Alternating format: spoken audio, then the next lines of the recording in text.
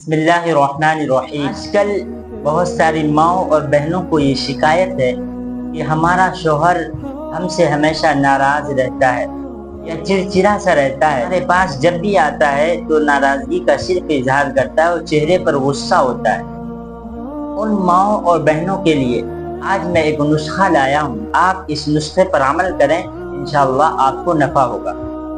وہ نسخہ یہ ہے کہ قرآن کریم سورہ بقرہ کی ایک آیت ہے، وَمِنَ النَّاسِ مَنْ يَتَّخِذُ مِنْ دُونِ اللَّهِ أَنْدَادًا يُحِبُّونَهُمْ كَحُبِّ اللَّهِ وَالَّذِينَ آمَنُوا أَشَدُّ حُبًّا لِلَّهِ وَلَوْ يَرَى الَّذِينَ ظَلَمُوا إِذْ يَرَوْنَ الْعَذَابَ أَنَّ الْقُوَّةَ لِلَّهِ جَمِيعًا وَأَنَّ اللَّهَ شَدِيدُ الْعَذَابِ۔